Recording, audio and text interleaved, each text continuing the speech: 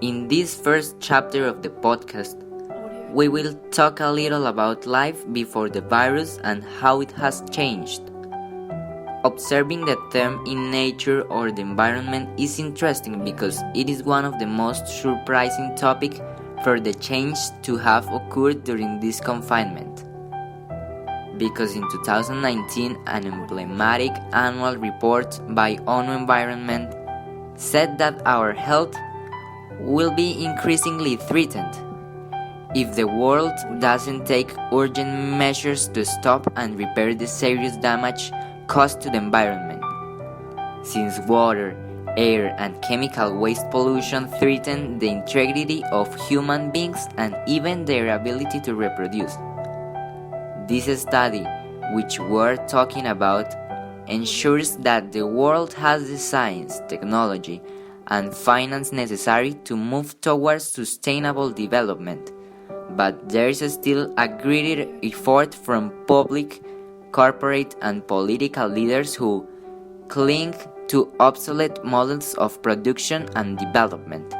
In conclusion, much of nature is already lost and what remains in decline, ONU experts say.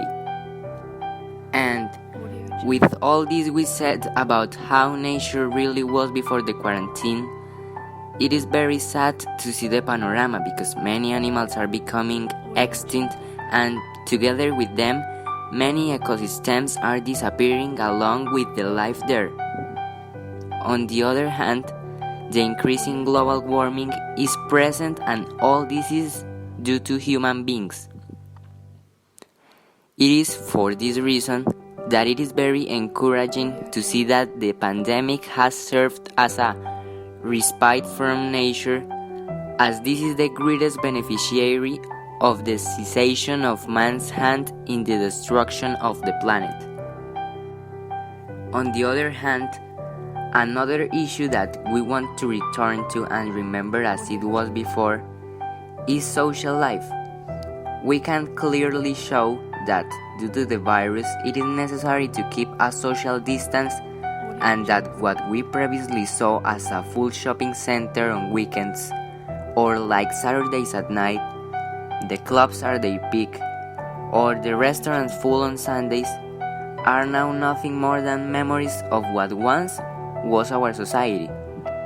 And of course this virus will not disappear in the blink of an eye, because at the moment there is no vaccine. So little by little we will rejoin our lives. But it will no longer be the same because we must have security measures to avoid the contagion. Also, that the return of the social life that we know will not be able to return yet. In addition, due to the virus, it has already been established in many parts of the world that there must be a distance of at least 2 meters between two individuals, a challenge for people used to closeness. In China, restaurants only allow one dinner per table or place them in cubicles separated by glass. A study by Cheryl Hamilton of Carleton University in Ottawa argues that society is developing a culture of pandemic, an obsession with cleanliness, disinfection, and a phobia of meeting others that changed behavior in public. We live concerned about the surfaces we touch, as they could contain the microbe, says the expert. Now, let's talk about school life, which has been carried out continuously for almost all years of life on Earth, and which has been interrupted several times by something as shocking as a virus. In recent years, Life School has gone to school every day, where they teach children values, principles, and help them grow as people. There, in these schools, students share with their friends, laugh, and enjoy the time they are there. That we go to study to attend a school day by day is a project. It is like a project that we carry out in the span of half of our life. We always learn new things, and it is this project that many people take part in. We form and serve as foundations and examples, as are our teachers, our parents, service staff, principals, and all those who are present in this cycle based on growth. School and university life has always been the beginning of our lives, where we are educated to know how to face it, to know how to do things, where we meet the first people who will surround us during our first 20 years of life. Everything we do depends from this. Our study depends on what we will be or do in our lives. With this, I finish emphasizing our student life before with a phrase about education. Education is the most powerful weapon you can use to change the world. Nelson Mandela.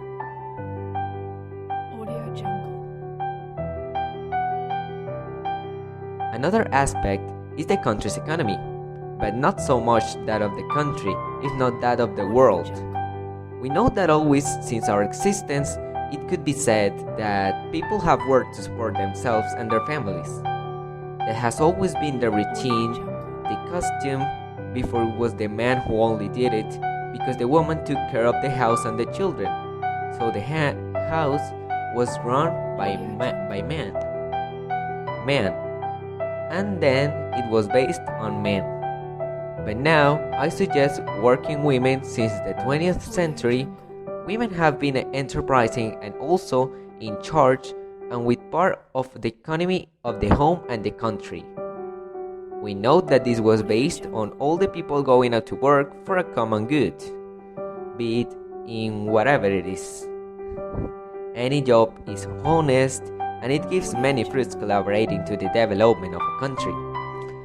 Of all those people who went out day by day, the development of an economy belonged, it also depended on imports in the world. And with exports came things that thanks to other countries we had, such as technology, crops, artifacts, all kinds of things. Thanks to economic strengthening of a country, services such as education and health are provided to all people. We can also highlight several jobs that are very important in our life. They are not jobs, they are roles. The peasants, for example. Without them, the labor wouldn't be finished. There would be no crops to import, and therefore we wouldn't have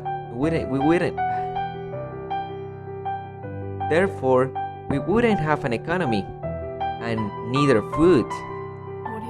We can let aside doctors, police, and all other roles and jobs that are very feasible to live and develop as a world economy within globalization. Religions. Focusing on religions, before the virus appeared, many people of different religions had a good relationship with their God and another how to improve it. They used to go to their temples of worship like churches and synagogues to meditate, to reflect, to communicate, and keep a good relationship with their God. But there were also people who didn't believe in anything, and due to this situation, their way of thinking has changed. In the case of many of us, being Catholic and Christians, in the last year we celebrate Holy Week with our friends and family, where we used to reflect on our life and recognize all the good things around us. In that week, most of the people used to visit many places, they used to go to pray in churches and spend a very special time with their families. On the other hand, Jews used to celebrate Passover in community, just as Muslims who celebrate Ramadan with many people. Due to the pandemic, all these festivities were affected and had to be celebrated in an unexpected way. Technology. Talking about technological field, this has been a very important factor for many years, which has had a great influence on this situation. But before this happened, technology didn't have such an extremely primordial use as now. Many people use it very frequently, but moderately. Other Other people didn't consider it very important, so they only used for main things like communication with family, friends, but not in long and continuous periods of time. It was mainly used to communicate with other people in fast way, to do homework, to do research, to not get bored, to make the work of many people, companies, businesses easier, among others. But what we didn't know is that this would become the main and only way of communication in this pandemic.